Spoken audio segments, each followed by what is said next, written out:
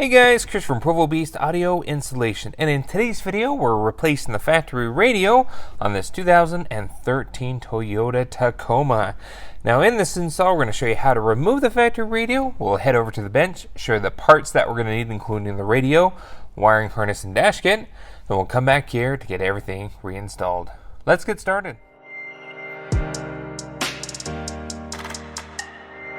So before we jump into things, a couple of things to note. We do have steering wheel volume controls that we want to retain with our new radio as we get that installed. Secondly, 2013 and 14 have a slightly different dash redesign than the previous years within this same generation. So if you have previous years, it's okay. We'll link those specific parts to your generation years in the description of the video. As we jump into things, first thing we need to do is get this guy on out. Now it's always a good idea to make sure all the discs are out of the radio. Now to get the radio on out, we do have to pop out the heating and air controls just like every single model year of this generation. What we need to do is grab our panel tool. We need to pop it on out. I usually start from the bottom here. Just be very careful. There's going to be 4 clips, one on each corner here. Just like that.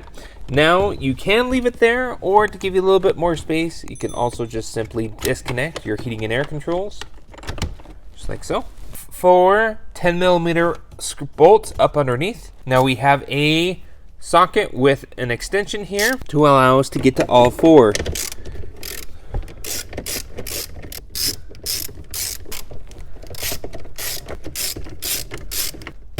Okay, once you get those 4 screws, careful, you don't want to drop them into the dash.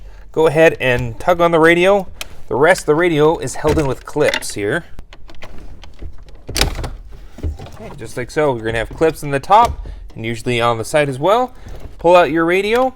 Now what you're going to do is go ahead and disconnect all the harnesses that are connected to the radio. Depending on your trim level, you may have a couple or you may have more than just a couple.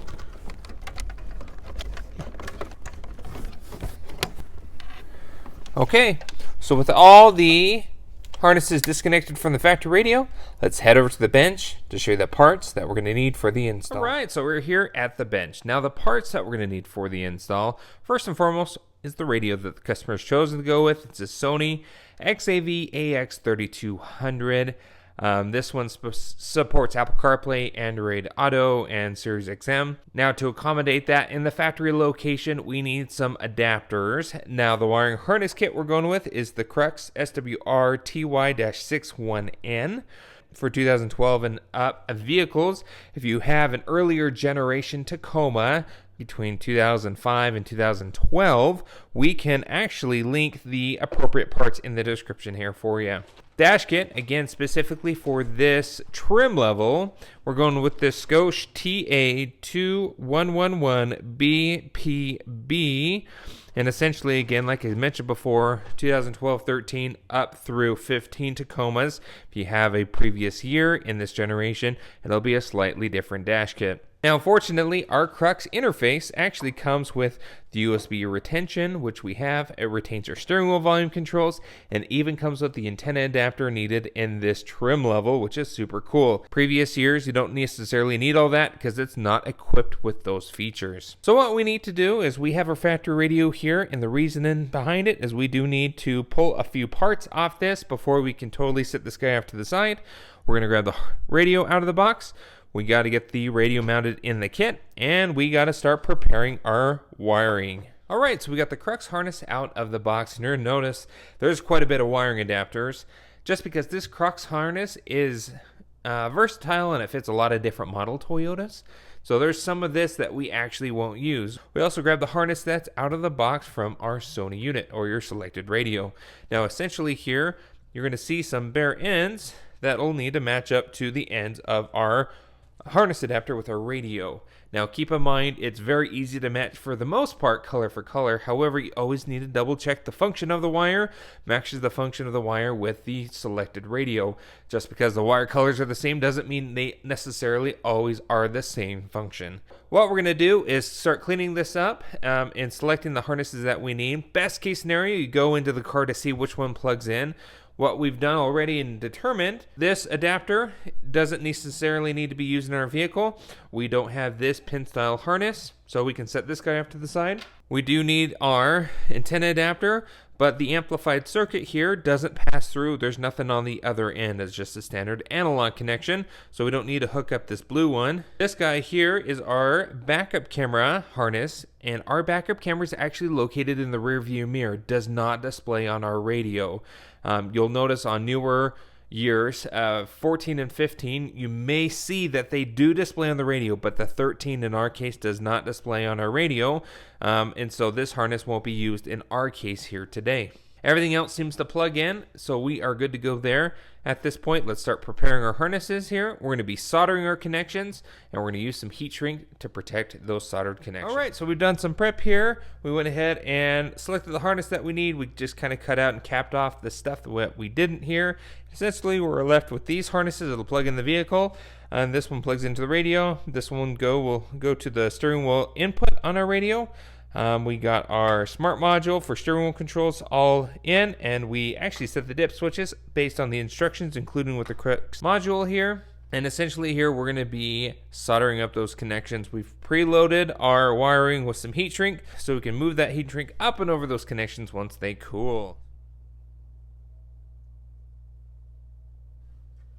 Okay, so we went ahead and soldered up our connections here.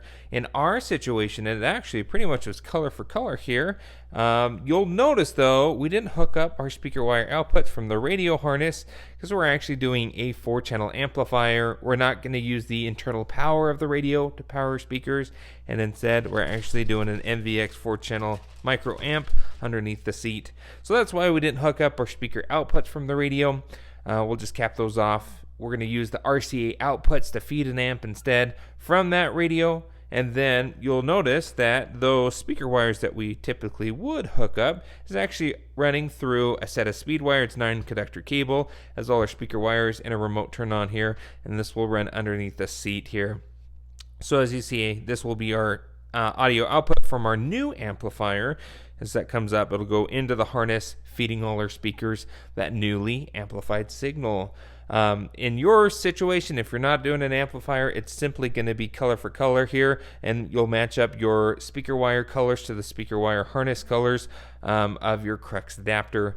And then, like I mentioned before, we preloaded our wire with heat shrink. We'll move that up and over those connections, and we're going to shrink them down with the heat gun. If you want more information on how to install an amplifier in your Tacoma, we can link those videos down in the description.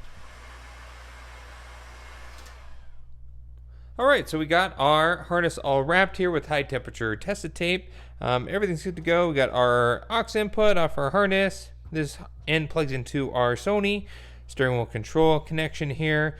Like I said, got our dip switches all set up. This end obviously goes off to the amplifier. This is our amplified signal output from the amp going back up into the harness. But again, disregard that because you'd probably most likely just connect color for color there. Got our 3 main harnesses here. We got our USB harness and our antenna harness. Those are done and ready to go. So at this point, we can set our harness off to the side and start working on our dash kit. All right, so we've now started planning our dash kit here. Got it all pulled apart. It's a high gloss. We want to be very careful not scratching it. This ghost kit, I actually like this version because it comes with metal brackets versus the traditional plastic ones. We have the doubled in that we're looking to install and our factory radio. Really, much of the factory radio will stay intact. We do need to pull out our airbag, clock, and hazard switch out of the bottom. We'll get the radio in the kit, and then we'll snap everything into place.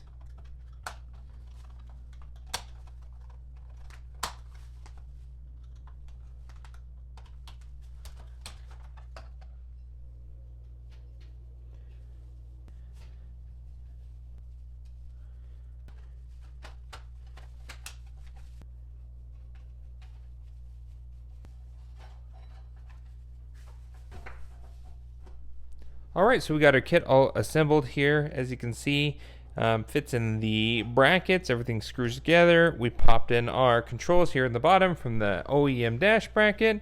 At this point, we're done with this guy. It comes with the dash pocket. Obviously, we don't need it because we're doing a doubled in, not a singled in. Technically, this is a singled in chassis with the doubled in screen. I actually really like the Sony just because it provides plenty of space in the dash. With our harness done, dash kit done, radio's all prepared, let's head back to the car to get everything reinstalled. Alright, so we're back here in the car. At this point of time, we are ready to go ahead and get our new radio installed back in the dash. Now, we went ahead and actually connected our harnesses for the ones that actually plugged in. We've got our USB in, our antenna, and our 3 harness adapters. And what we're going to do now is just kind of work this in, get this all tucked away, because this all needs to fit back behind the radio. So we're going to go ahead and grab a radio, and at this point we need to start making the connections back behind the radio itself. So the harness should plug in there, and then depending on your accessories, you'll need to plug those in. Go ahead and plug in our steering wheel control harness here.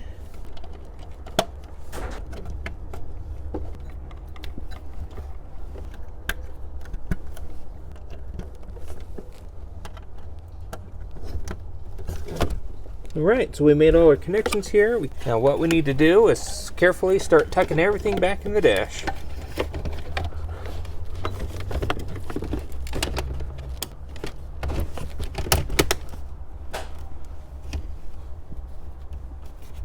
Okay, so let's go ahead and boot up the car to make sure everything's working.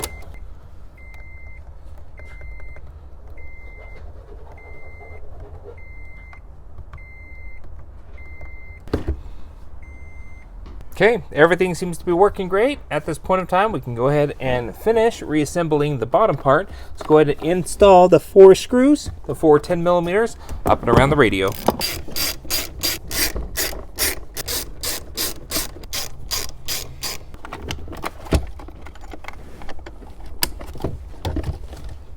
Okay, that's it. Everything's reassembled here. Aux and USB we retained, and everything seems to be working great. Steering wheel volume controls are working just as intended here. So that's about it for this video. If you have any questions on what we did here, go ahead and post a comment below.